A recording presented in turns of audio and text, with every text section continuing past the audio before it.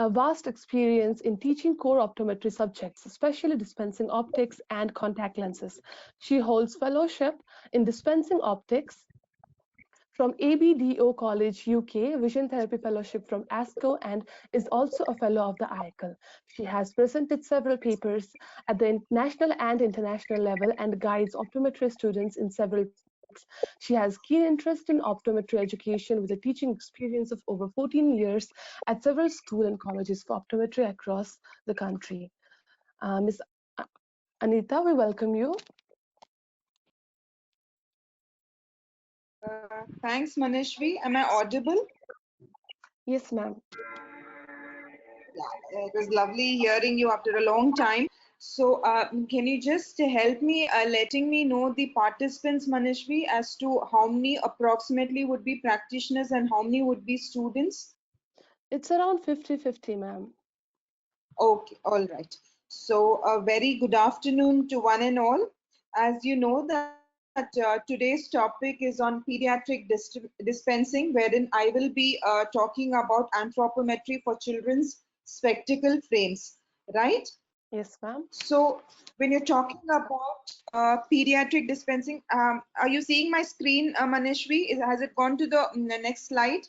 Yes, ma'am. Because I have no clue as to Yes. what you guys are seeing, so I need an affirmation from you. So this is the first slide after the title slide, right?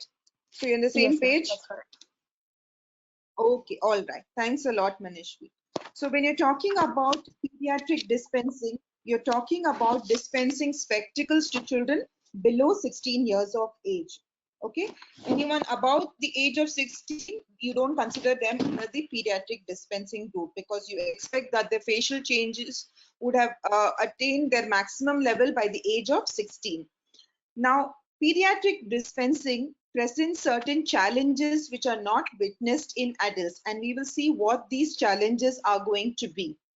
And it also requires a different approach to dispense spectacles to this particular pediatric population. So what are the main concerns or the challenges that we are talking about as regards pediatric dispensing?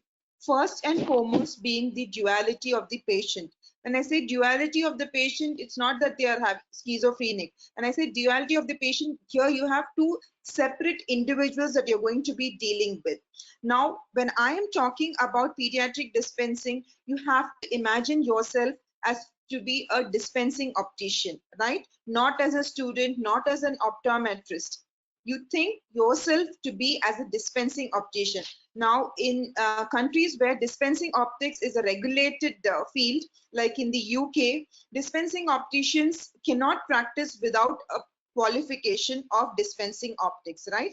So this lecture is based or pitched at that level.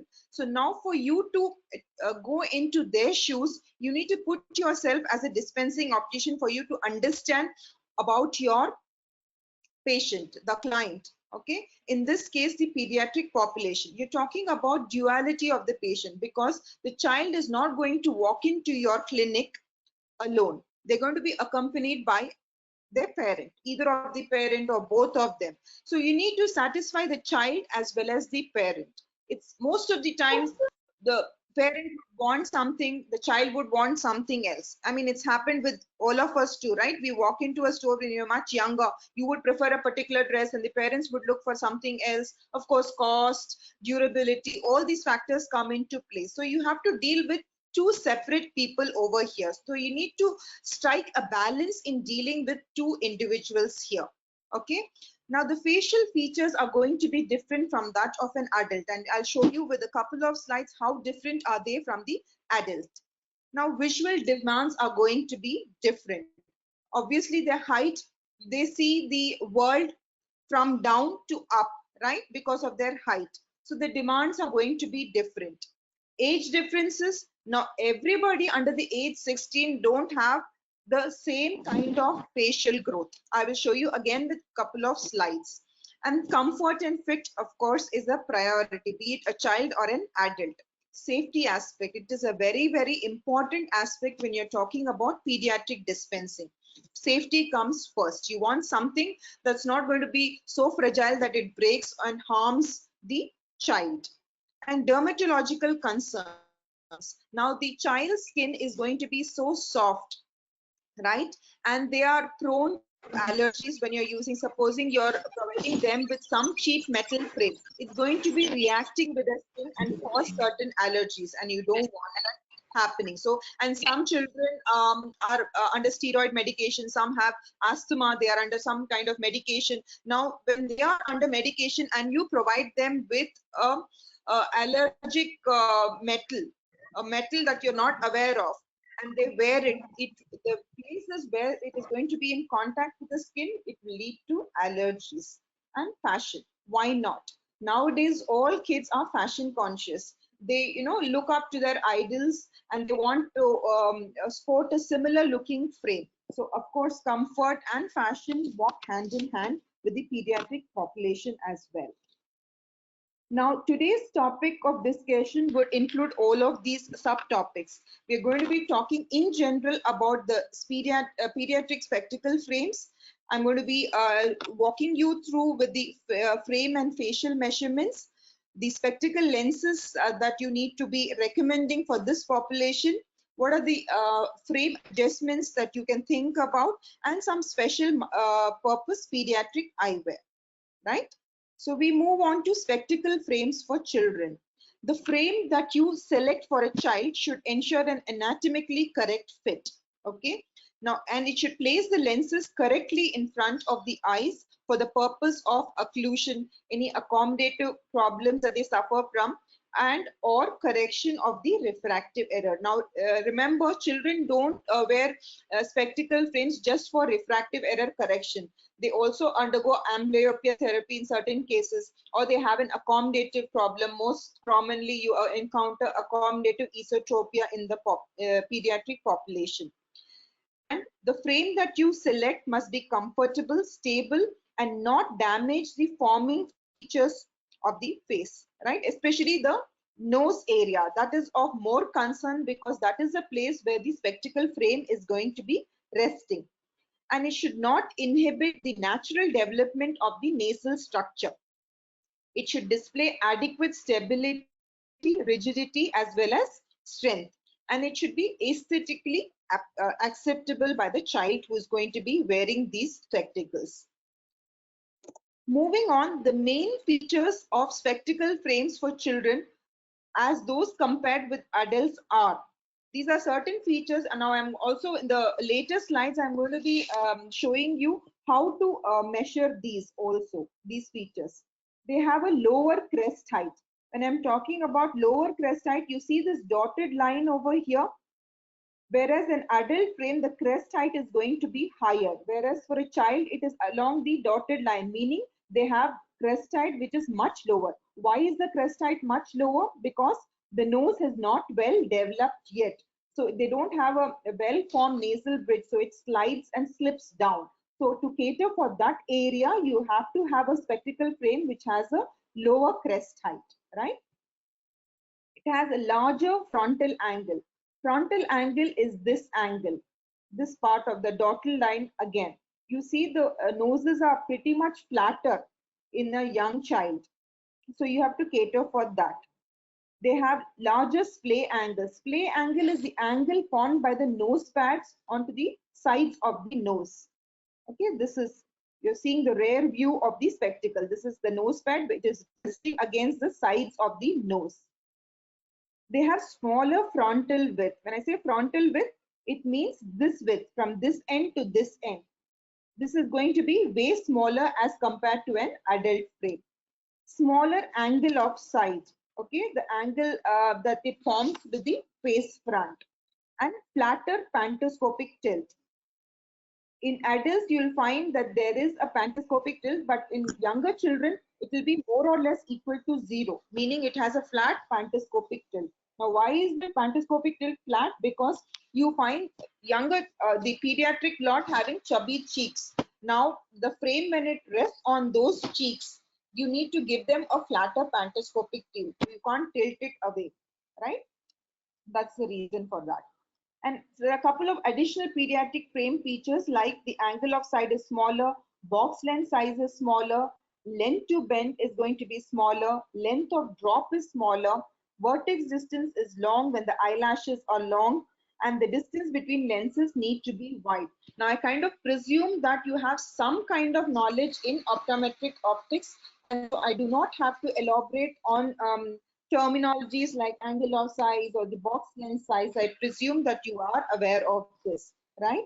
So let me move ahead. So this is a quick comparison of an adult wearing a spectacle frame as opposed to a child. And I say crest height, see how high the crest height is in an adult and how low it is placed. Why is it placed so low, the lower crest height? Because here the bridge of the nose is not formed well, as opposed to an adult which has a well-formed nasal bridge.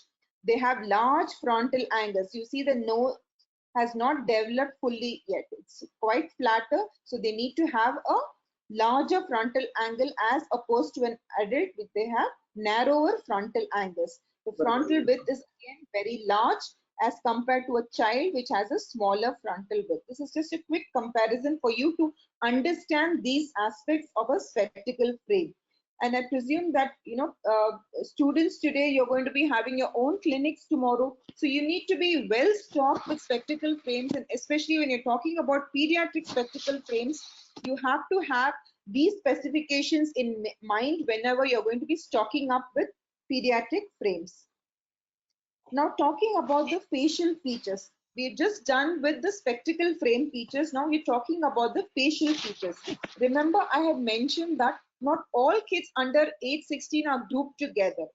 Within this age group also you have separate classifications, like up to the age of 5 to 7 years, they seldom show any bridge on the nose. It's a smooth flat area from the forehead to the nose bulb, right? So their crest height is going to be much lower as compared to the older age group children. Beyond 6 years, they show two noses and beginning of the nasal bridge. And beyond 9 years, they show formed noses, but the projections are going to be very small. And beyond the age of 10 years, the nose is well formed. And by 13 years, you expect that the facial features start resembling that of an adult. Now, this is again a quick comparison of facial features, especially this area. We're not concerned about the other regions. Of course, the head width is going to be smaller, the temple width is going to be smaller, but more so, this is the area of concern. This is absolutely flat. The nasal bridge has not yet been formed. So you can't be fitting scaled down versions of adult frames. Usually there is a concept that, what's so great about pediatric spectacle frames? You have an adult frame which is big in size, and then you have a miniature adult frame that's going to be sitting on a child's face. No, you have different age group children with different facial features. Now, if you do not cater for this change in facial features, what are you going to be doing? You're going to be harming the child. Okay? And when you have ill-fitting frames on a person's face, they're going to be digging a deep pit along the sides of the nose. That's the most commonest thing. Even in adults, you would notice if you've not fit a good frame, they have pits along the sides of the nose and they darken with over a period of time. That's a fine example of how not to fit a spectacle frame. And with younger children and with growing age, you cannot afford to be doing such mistakes. So you have to pay very good attention to this area while you're choosing a spectacle frame for a particular age child. Yeah. So this slide talks about the various measurements, the facial measurements. You don't have to remember these values. I've just put this slide for you to understand the differences in measurements along the different age groups. Here I have 5 age groups: 3 to 4.5, 4.5 to 6 years, 6.5 to 8.5, 10 to 11.5, and 13.5 age group. You see the crest height slowly. I told you it's going to be much lower. When I say lower crest height, it is measured in negative numbers. So from minus till about age 13, they go high up. They start resembling the adult crest height. Projections, I'll tell what projection means. Frontal angle and scale angle. Again, there are changes. The noses start becoming well formed. So there is going to be differences. So with different age groups, these bridge measurements are going to be varying greatly. So you can't, presume that a 6-year-old child spectacle frame is going to be similar to that of a 13-year-old. No, it's going to be totally different because their measurements, the average bridge measurements are going to be significantly different, as you see from this slide. Okay, so again, I'm comparing a 3-year-old child with a 13-year-old child. Okay, when you see the profile, you see how it is. Here it is quite well formed, start resembling that of an adult facial feature. Here it is really flat and smooth. You know, from the forehead, it is, if you put a spectacle frame with a higher crest height, what will happen? The frame will just slip down and rest over this area, and the eyes will be popping above the spectacle frame. You don't want that happening. You want the child to be seeing through the spectacle lens, right? So it will be a disaster if you have to give this child with a higher crest height. So you have to pay attention to that part of the spectacle frame. Now, talking about children, you also encounter children with Down syndrome. Why I have put this slide over here is for you to know that the prevalence of Down syndrome is also very significant, and you will come across children with Down syndrome. And why? Because Down syndrome has an affiliation to refractive errors, especially myopia. So more and more children you will find now with the myopic pandemic, you expect that, you know, more children wearing spectacles. You have to be well prepared to cater to this. And then you have children with Down syndrome also, who have a high prevalence of myopic refractive errors. So again, their facial features cannot be compared with the regular children. Okay, so their bridge projections, the frontal angles and splay angles, if you notice, are completely different. Especially the crest height, if you see, it is a negative value all through their life. It is never going to be positive. You seldom come across a Down syndrome child who has a positive crest height, if you notice. Whereas in the previous slide, you notice that the crest height for regular children without the Down syndrome, it starts from minus value and goes to a plus value. But for a Down child, it starts with -3 and it keeps remaining at minus itself. Bridge projections are different. Again, in the minus side, frontal angles are different, splay angles are different. So if you to summarize the facial measurements in children with Down syndrome, the apical radius is smaller than expected. The front to bend is again shorter than expected. The temple width is larger than expected. Head width is larger than expected in younger children, right? So based on the conclusion of various studies, you have children's faces do not grow at a steady state. Yeah. Now, communicating with a child is very, very important. Remember, you need to, respect that child as an individual, and you have to treat them so. You have to have your head at the same level as the child and use their name when addressing them rather than treating them, children don't like to be treated as a child. They think they are grown up and they are old enough and big enough, right? Even we thought so.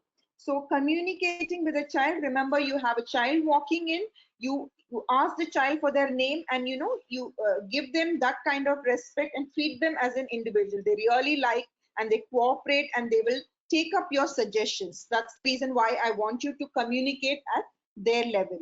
It's easier for you to recommend a spectacle frame which they readily accept. Otherwise they will say that, I know, they're always the rebellious streak in them. When an adult suggests something, they want to do something opposite. When I say red, the child would say black. It's like that. So you want the child to accept what your suggestion, so you need to bow down to their level and communicate with them and treat them as an individual. Now when you're talking about pediatric frames, what do you need to look for? Look at the features before buying. This is for your practice building aspect that I'm talking about. Stocking up on spectacle frames for the pediatric population, you need to look at these features: the shape, the eye shape, the bridge position and type, the side type and length, joints. All these you need to look for. adjustability of sides, bridges, lugs. See, you know how the child is going to be. They're not going to be very, soft while handling the spectacle frames. They're going to be very rough and tough, and they're going to be leading a very active lifestyle. So they're not going to be, you can't be giving them a rimless spectacle frame. Yeah. Moving ahead, when I said frame selection, you don't want a spectacle frame that is going to be fitting the child like this. And this is what happens when you have a child with a well-formed nose, but you're giving a low crestite frame. It's going to be resting really low, and the purpose of the frame is going to be defeated if the child is going to be sporting such a spectacle frame. Now, these are, some of examples of good fitting frame of the lot. This is the ideal frame shape. An oval shaped frame is best shape for pediatric spectacle frames, right? Now, when you're talking about frame, it's not just the features of the frame. You also need to pay attention to the material of the frame. So when you're talking about frame materials, you can have two broad classifications, either a plastic or a metal. So which one is the best? So when you're talking about spectacle frames for children, plastic is going to be an ideal material, especially cellulose acetate, because it is suitable for lenses with thick edge substance and for handmade frames. It is appropriate for saddle or inside bridges. It is suitable for making very small sizes for small babies, especially for children with aphakia, where you have thick lenses going into the frames. And other suitable plastic frame materials apart from cellulose acetate are TR90, which is extremely durable, flexible, and lightweight, providing a very comfortable fit.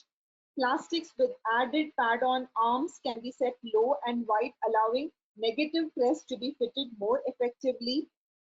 Brillamide is an again good material, which is a transparent thermoplastic polyamide which holds high chemical and stress crack resistance and good impact strength. So whenever you're talking about any specific frame material, you need to look at these aspects like durability, flexibility, ease of, One question. making any adjustments. One question. When you're talking about metals, what kind of metal that you would recommend? Nickel silver is most common frame material for children.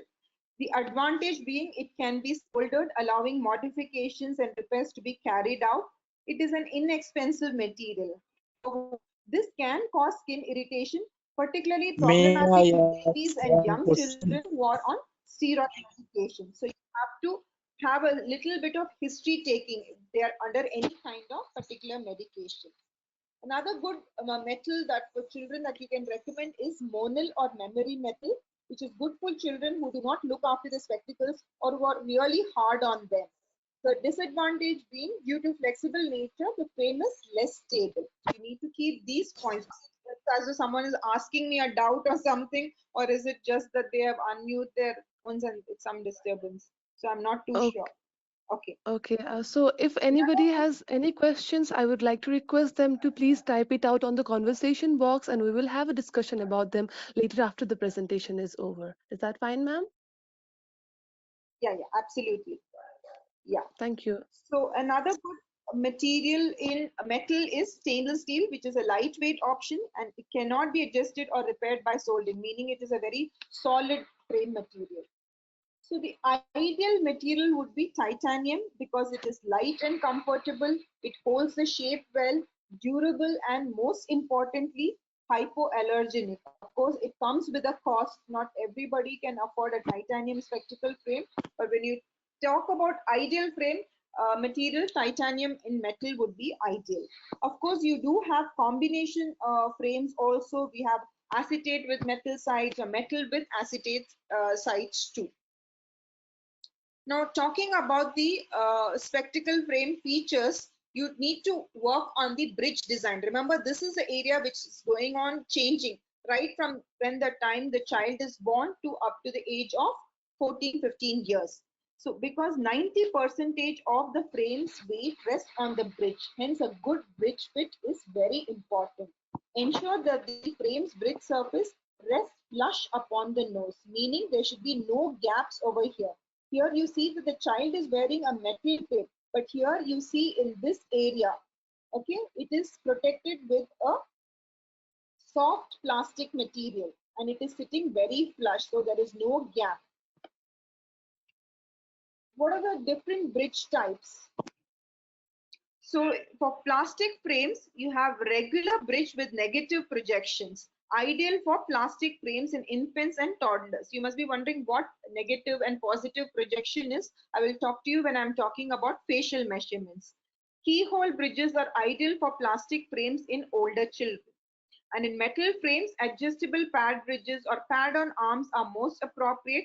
Saddle or W bridges are inappropriate because they cannot be adjusted, unlike the pad on arm bridges.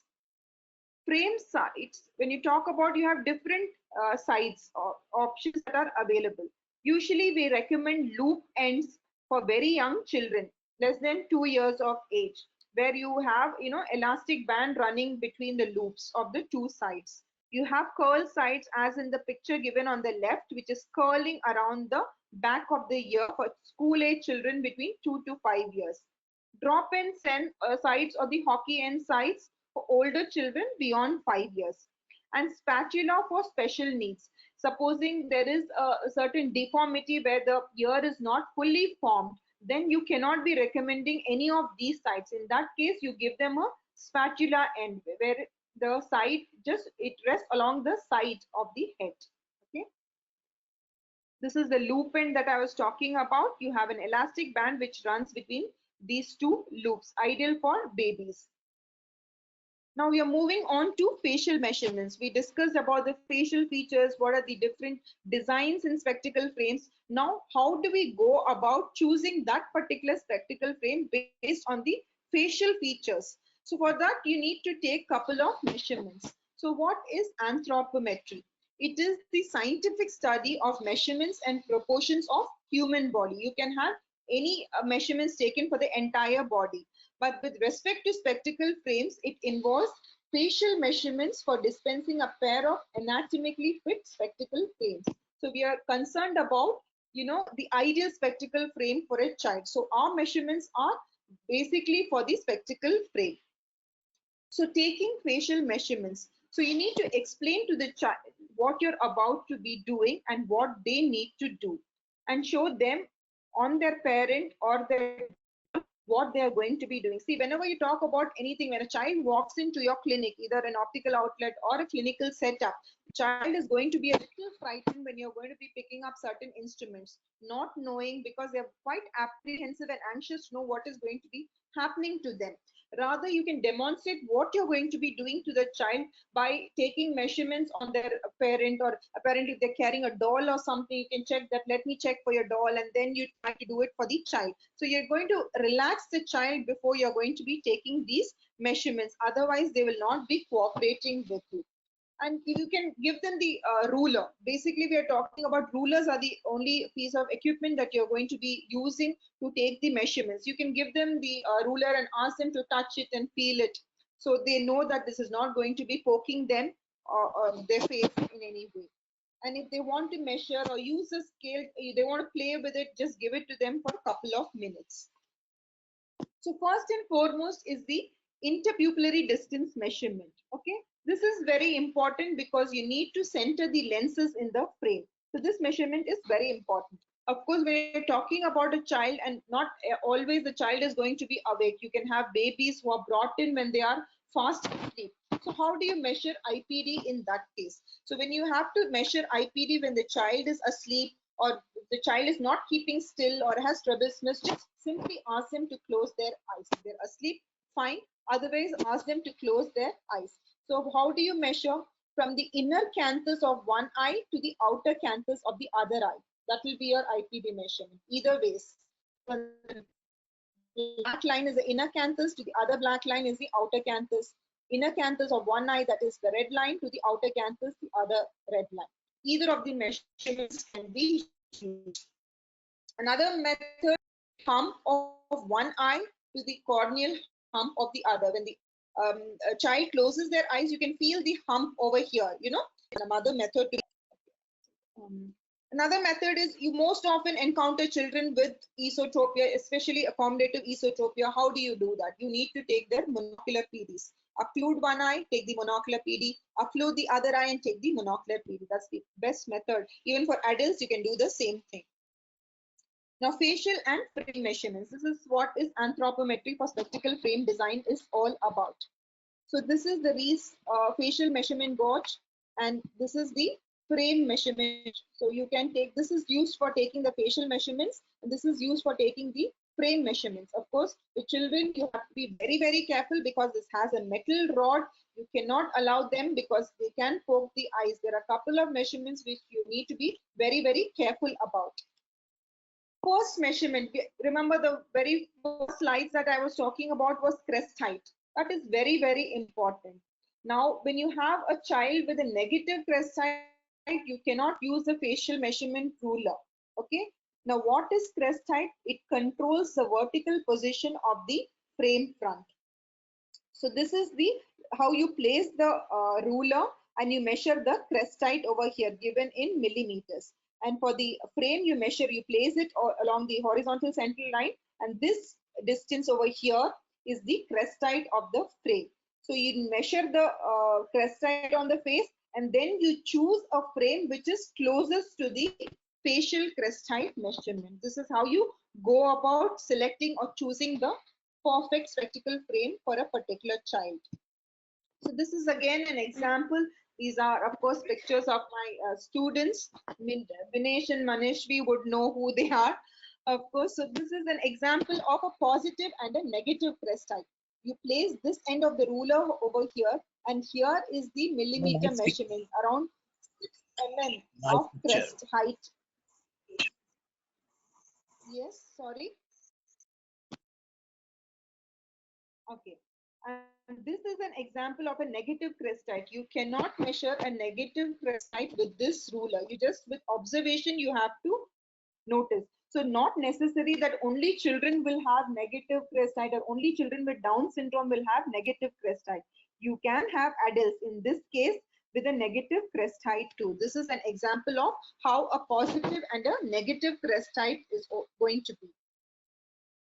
Okay, this frame sits lower due to the negative or the lower crest height. This is how it is going to be. An example of negative crest height. Next is, remember I had mentioned positive bridge projection and negative bridge projection. This is all about. It controls the horizontal position of the front in order that it fits away from the lashes. Now you don't want frames that are sitting on the face in such a way that the lashes are rubbing against the back of the lens. You just pay attention to people who are wearing spectacle frames, be it a child or an adult. Many times you will notice that their lashes are just rubbing against the back surface or the rear surface of the lens, which means it is a bad fitting spectacle frame. Now this is positive bridge projection, meaning the bridge is beyond the lashes. And this is negative bridge projection, meaning the lashes are extending beyond the bridge of the nose. Okay. Bridge projection does not require any special ruler. You can measure it with the ruler that I had shown, but otherwise a quick profile view of the child or the adult is good enough to know whether they have a positive or a negative bridge projection, right? So you can view it from above or from the sides also. So when you see a person, either an adult or a child with positive bridge projection, you need to have a spectacle frame which has that kind of projection. When the bridge of the nose protrudes beyond the eyelashes, you need to have this kind of projection. And when the eyelashes protrude beyond the bridge of the nose, you need to have a negative projection on the spectacle frame. This to ensure that the eyelashes are not going to be rubbing against the spectacle lens, right? Frontal angle. Remember, I told you in a child, the frontal angle is going to be larger than that of the adult. That is the angle between the vertical in the assumed spectacle plane and parallel to the assumed load-bearing surface on the side of the nose. Okay, so in simple terms, this rod that I had shown you in the ruler, this is used for measuring the frontal angle. And this is the corresponding angle measurement on the frame using the frame ruler. Splay measurement is nothing but the angle that the pad on arms that's forming at the sides of the nose. Okay, this is how it is measured. Again, you have to be extremely cautious and careful while measuring the play angle in children, because there is a tendency when you ask them to close their eyes, they'll tend to open their eyes and vice versa. So you have to be giving special instruction and be very, very careful. Only if it is required will you take this measurements. Play angle measurement is definitely required in case of metal frames which have pad on arms, not otherwise. This is how you measure it in a frame using the frame ruler. Head width, you have head width measuring calipers. It is going to be small. So you place on the highest point along the ears on one side to the other side, and then you measure it in millimeter rule over here. Corresponding head width measurement for the frame is shown in the right hand side picture. Then of course you have the temple width. You place the calipers along the temples, and then the corresponding measurement for the frame is also shown on the right hand side. Talking about frame adjustments, that is another subtopic that I'm going to be covering. There are quick steps, 7 steps rather, in pediatric frame adjustment. Okay, so pre-adjustment, that is setting up the frame. You place the frame on a flat surface. Okay, this is similar to any, even for adults, you need to set up the frame before you hand it over finally to your patient or customer. Then you try to remove the temple pressure. Okay, remember, any spectacle frame is going to be resting only on this part and on the highest point along the ears, nowhere else. It is not going to be touching the temples. So it is touching the temples, you need to relieve that temple pressure. And you have to verify if there is equal vertex distance. Check the right and the left angle of lead pack. Pantoscopic angle, like I mentioned before, should be close to 0 or flat. Alignment of the bridge needs to be seen. The bridge of the frame should be adjusted to fit the child's nasal bridge. Temple adjustment to adjust and match the contour of the child's head. Snugging. Equal tension is returned to the temples from the top of the ears throughout the area behind the child's ears. Snugging means they are snugly over the ears. If it is loose or not resting well, there could be imbalance on the face and the frame could just sit like this. You don't want that happening. So a snug fit along the sides and behind the ears will ensure that the frame is sitting well on the child's face. And how do you monitor the frame fit? You have a good general look at the overall fit of the frame. Be alert to any signs of improperly fitting bridge. The pad arms require frequent adjustments. If spread too far, then the entire weight of the spectacle will rest on the crest of the nose. So see, this is the part of the face which is going to be bearing the entire load of the spectacle frame. So you want to ensure that this area is not compromised. Hence, the special mention on this area. And if you leave it uncorrected, the fatty tissue will break down, leaving a permanent ridge. Like I mentioned, even in adults who have been wearing spectacle frames for very many years, they keep saying, I've been wearing spectacle frames for many years, that's why it has formed a ridge and it is darkened. No, that is no good explanation. It simply means that they have been wearing badly fitted spectacle frames all these years. Now, you as a practitioner or a student who's going to be a practitioner tomorrow, you need to ensure that all your patients, be it a child or an adult, receive a well-fitting spectacle frame and not create any ridge on the sides of the nose. That means you're not doing a good job. Okay. Next, again, there are occasions where a child needs to wear bifocals too, like especially in the case of an accommodative esotropia, right? To relax their accommodation, bifocal spectacles are recommended.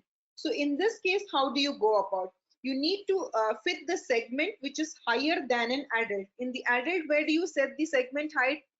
At the which coincides with the lower lid margin. Here you have to raise it high above, almost touching the lower pupil edge. Okay, this is to ensure that they are making use of viewing through the segment of the bifocal.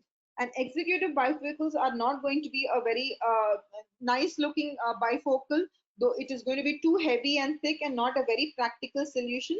The best bifocal segment that would be recommended for a child is a D segment, a large D segment, usually a D35, a D40 or a D40 or a 45. The segment should cover about 80% of the width of the frame, so that the child cannot look around. Why are you giving such a large segment size? To ensure that the child is making use of viewing through the segment. Okay, this is how a large segment, this is a D45 segment bifocal that this child is wearing. See where the segment height is, it is cutting across the pupil. This is to ensure that the child is going to be viewing through this, and in the bargain their accommodation is going to be relaxed if it's a case of an accommodative esotropia. Next comes to spectacle lenses. We spoke about how durable, how sturdy a spectacle frame is supposed to be. Now lenses are also of concern to us. What are the concerns with respect to spectacle lenses? You are concerned about the weight, impact resistant. Remember, safety is a priority while talking about pediatric dispensing, durability, and of course UV protection. So this is a table which talks about the different lens materials, namely CR39, polycarbonate, Trivex, or a high index plastic, and their lens material characteristics, namely impact resistance. If you see, polycarbonate and Trivex are the materials of choice when you're talking about lenses for pediatric population from the safety point of view. Durability point of view, so surface durability, again polycarbonate, though it has a very good impact resistance, it is a very soft material, they are prone to scratches, so hard coating is definitely recommended. Okay, UV protection, of course there are different ranges. Polycarbonate and Trivex come tops as regard to the highest amount of UV protection that it gives. You have ranges of refractive indices, Abbe value, okay, and specific gravity, which tells you the weight of the lens that it is going to be. So you have to factor all these material properties whenever you're coming to the final conclusion. Remember, there is no best material as far as frame or a lens is concerned. You need to work the pros and cons for each case. Every child is going to be treated as an individual, as a separate case, and you work around it, and then you place your recommendations. Remember, you don't go by what they want, you go by what you suggest. That is very important. If you have qualified enough and you have adequate knowledge on it, you should be confidently recommending frame materials and lens materials to your patients, be it an adult or a child. For that, you have to equip yourself with adequate knowledge, so your confidence increases with that. Now, aspects pertaining to durability. This is something which is going to be a priority, especially for parents, because they want that it is going to be lasting forever. Unfortunately, you don't have such a material. So, and spectacles should be changed before they are outgrown.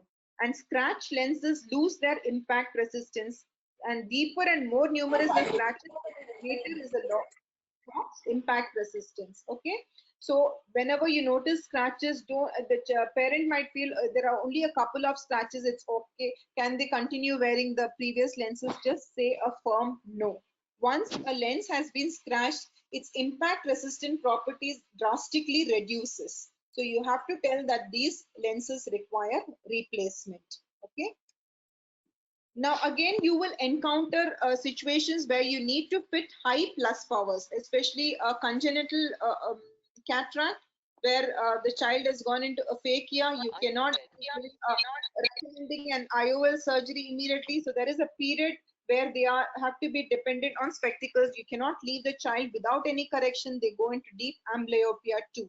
So when you encounter a child with high plus powers, be it an aphakic or otherwise, even hyperopia is very common in children. So you have to ensure that minimum substance surfacing ensures a lighter, less bulbous, and a more attractive. You don't give them stock lenses. You go by prescription lenses. They have a thinner appearance and a less bulbous appearance. Aspheric lens design is also a choice for them. Lenticular designs, especially for aphakic prescriptions with small aperture size for button, gives best cosmetic effect for aphakic prescriptions. So this is an example, a very good example for a suitable analysis. It's a very important aspect. You need to deal with every child based on their age and stage of development. That is point number one. What are the common conditions that you can encounter with that particular age group? The prescription that is being presented, a low prescription, a medium prescription, or a high prescription, under any medication, right? And what is a lifestyle? Is this child a very active child? You know, your child who is too hyper, throwing around things. There are chances that they even remove their spectacle frame and throw it around. So you, when they tell that this child is very naughty, then you know that you have to look in for a frame material and lens material which has high impact resistance and is going to be more durable, sturdy, which is liable to adjustments also. Now, coming to the last part of this, which is children with special facial characteristics. Not all children have fully developed facial characteristics. There are certain conditions which require not the usual but some unusual recommendations for spectacle frames. Now you can have child with unusually long lashes. Usually you find many children with beautiful long, like dolls having long lashes. Children also come with long lashes. And when you fit your regular pediatric spectacle frame which does not cater for those long lashes, these lashes are going to be rubbing against the spectacle lens and they get grimy. In the sense, lashes do have some oil content in them. Now they can rub against the spectacle lens and spoil the quality of lens. They can scratch the lens also in the long run. So you need to choose a frame with a large vertex distance to allow for lash clearance. Use saddle bridges on plastic frames or pad-on arms in a metal frame. Increase the pantoscopic angle in this case and compensate for the change in the effective power. So any change, you know what effectivity is. You take the frame away from the eye. What is the change in power? You bring it closer to the eye. There is an effective. You have to cater for that distance by which you're moving the frame towards or away from the eye. Usually we take it as 12 to 14 mm is the distance from the corneal plane, place the spectacle frame. Anything beyond this or less than this, you have to make the effectivity calculation, okay? And use a deep base curve lens in this case. Then of course you can have a child with a strawberry nevus or a hemangioma. You need to fit a frame that does not touch that area of the hemangioma. So you have to increase the vertex distance to clear that region. And sometimes you do encounter child who is using a hearing aid. So you determine whether the spectacle sides are to fit in front or behind this hearing aid.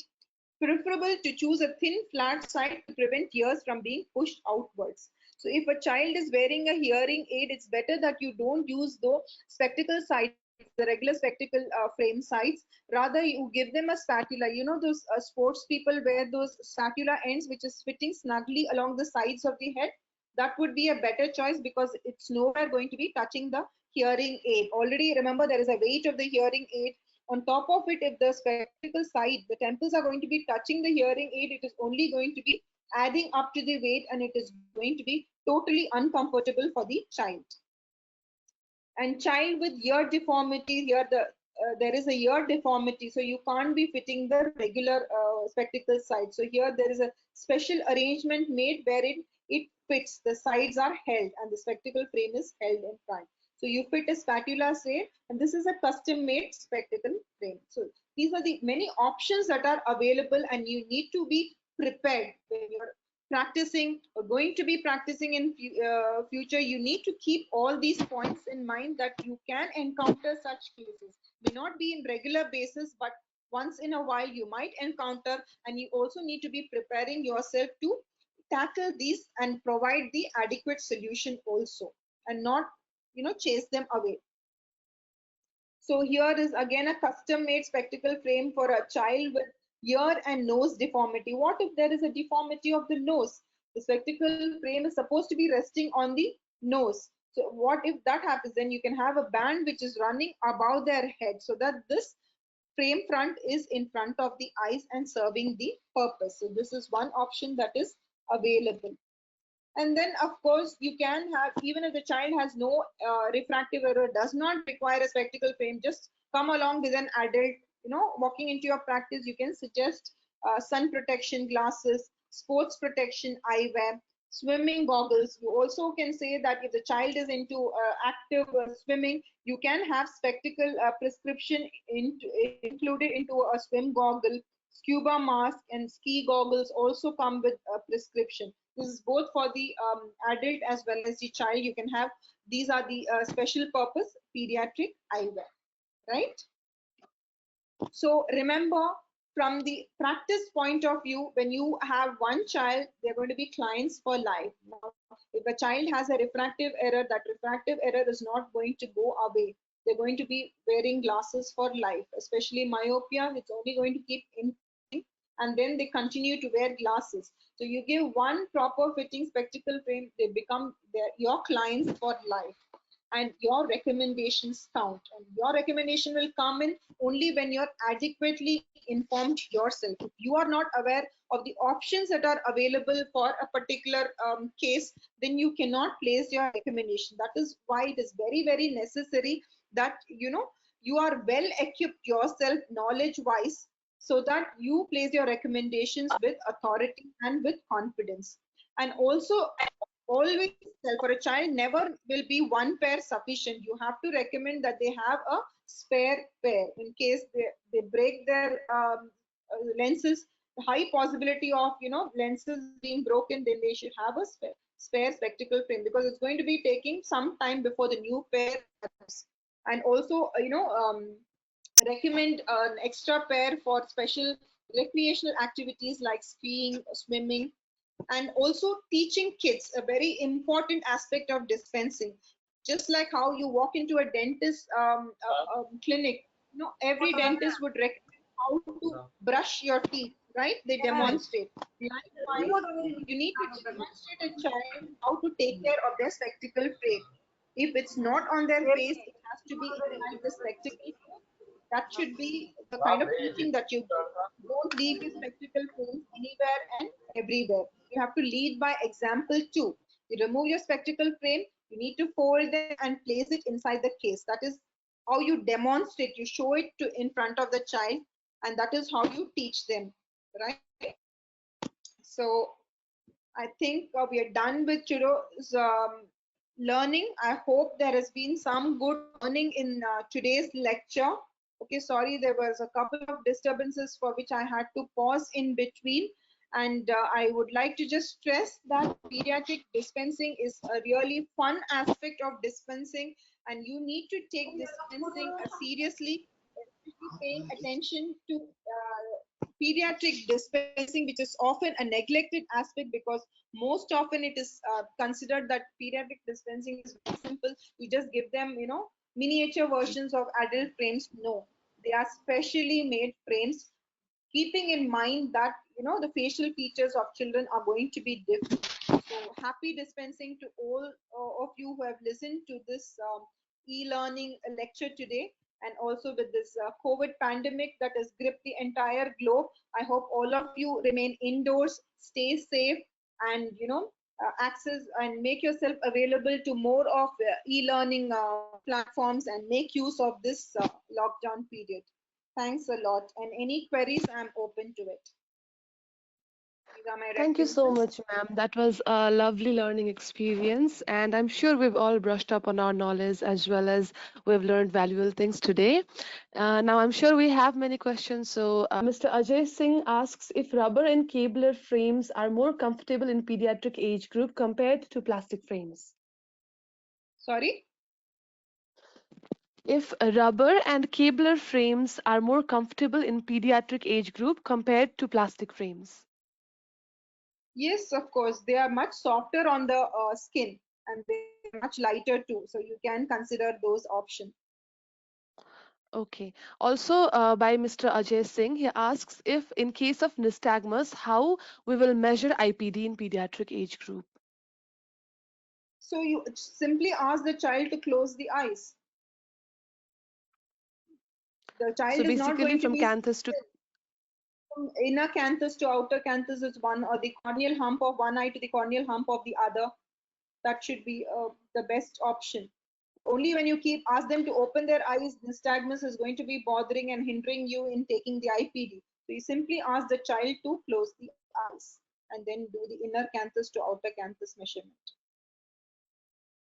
So we also have a doubt about how important measuring IPD is in pediatric group. Of course, it is important, not only for pediatric, for anybody, I would say. Unfortunately, IPD is again a very neglected aspect in dispensing spectacles, be it adult or child. But if you do not center, a lens, you're giving them unnecessary prismatic effect, right? When you have a decentered lens in front of the eye, every lens is formed by stacking of prisms. You're all aware of that. So if you give a decentered lens without checking the IPD, not centering it, unnecessary prismatic effect is being induced, right? You don't want that. That is the reason why IPD measurements are very, very important, immaterial of the refractive error. In fact, in a regulated field, like especially in the UK, no prescription will be dispensed unless and until the IPD measurement is given there. It's mandatory, and make it a regular feature in all spectacle spectacle prescriptions. Okay, great. So Mr. Himanshu Sapra has a question about how we get to know about the idea of lens material by touching the frame. You can't really get to know that. I mean, spectacle frames again is a separate lecture by itself. Manishwi, if you remember the lecture taken by me, yeah, how to, Yes. different materials, and there are different aspects to it. Of course, you can't just look at it, feel it, and say by feeling you can know whether it's a plastic or a metal. That is all. You have to simply go by manufacturer's recommendation that this is titanium, this is monel, or this is stainless steel material. Simply go by that, because if you're going to be a purchaser, you will get to know. And of course, the branded frames will come with their seal on them. So with that, you will get to know. And of course, if you are in that line, looking at it, I can easily find out if it's a cellulose acetate or a cellulose propionate, based on, how chunkier the frame is, how it has been colored or laminated, the process by which it is manufactured. With that, you can easily identify. Okay, so hopefully we will have an e-learning session on frame materials as well, ma'am. Can we be hopeful about that? You know about me. This is something very dear and close to me. I can go on and on. I can speak about it the entire day too. I'm fine with it. If any That case would be anyone great is for us interested. as well, ma'am. So Mr. Manish has a question on how will we identify the shape of a face like oval or a round, etc. It's just looks wise, you compare the shape of the face with the shape that you know of. But frankly speaking, I don't go by that bookish knowledge where they say an oval face, this kind of shape is recommended, that is recommended. No, simply go by how it is going to be fitting the person's face. Simple as that. Don't go by, what this shape is and this is recommended for that. It doesn't work that way. So supposedly cat eye frames are trendy now. You see, lot many, whether they are oval shaped face or a rectangular shaped face, people just want to go by what fashion demands are. You can't refuse them, right? So ensure, even if that frame is not recommended for that particular shape, it is fitting them well and serving the purpose. Okay, so what shape I choose is my own personal choice. You can't, force something upon somebody saying, no, no, you have an oval face, you have to use a particular frame shape. It doesn't work that way practically. Okay. Uh, so Miss Uma Maheshwari asks, what if the child has ptosis? In such cases, which type of frames should we prescribe? See, ptosis has to be dealt. The cause of the ptosis, you have to, recommend surgery only in that cases. So, what is the cause of the ptosis? Usually, ptosis in a child has to be taken care of first, because if it is going to be hampering their vision, then surgery is often recommended. You seldom come across a congenital case of ptosis who have been asked to go in for spectacles, right? It's only in adult senile ptosis that you come, then you have the crutch ptosis glasses that you can recommend. For children, I don't think you will ever come across a situation where they have ptosis and they're asked to go in for spectacle frames. No.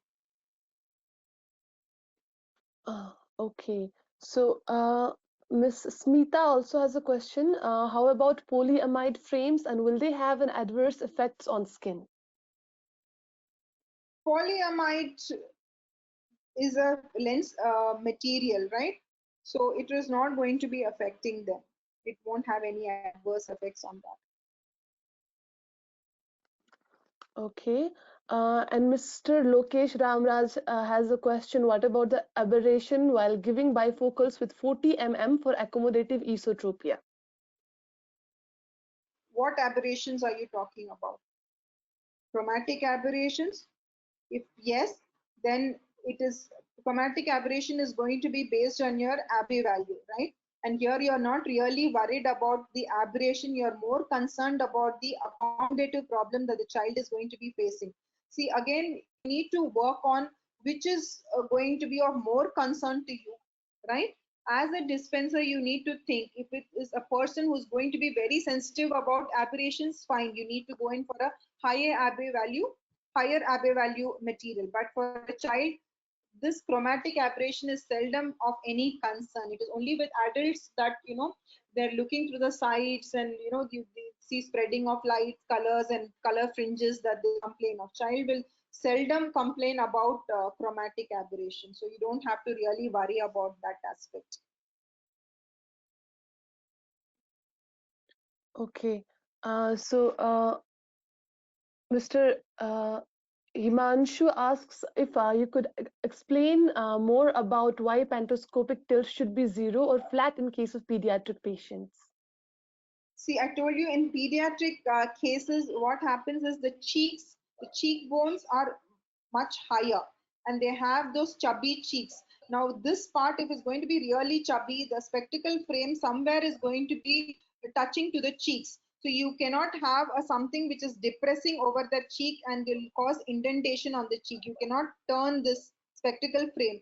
So to cater for those facial features, you need to have a flatter pantoscopic tilt, or is mostly it will be 0 or flat. It's only for that reason. Okay, and Miss Payal asks if it can the adjustment of pantoscopic tilt can affect the IPD or not. IPD is a fixed thing, right? How will it affect the IPD? And Okay, so no on pantoscopic that. tilt is a vertical tilt, right? It is not going to be Yes. shifting the frame this way. It is going to be tilting the frame this way or that way. It will affect the optic centering that you need to cater for. For every 5 degrees of pantoscopic tilt, you need to reduce the optic centering. That is all. But IPD, how will it affect the IPD? Okay, so I think that is all on the discussions, ma'am. Once again, on behalf of iBits and our audience, I would like to thank you for your time and the lovely experience and knowledge that you have imparted today.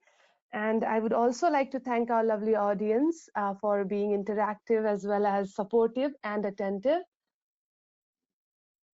Thank you so much. It was a pleasure interacting with you all, and I hope it has been a very useful and an informative session for each one of you. And definitely, it was a very lovely session, rather very interactive too. I'm open to clearing any doubts outside the session. You have my email ID. Feel free to mail and interact with me. I'll be more than happy to support and guide you in any way that is possible.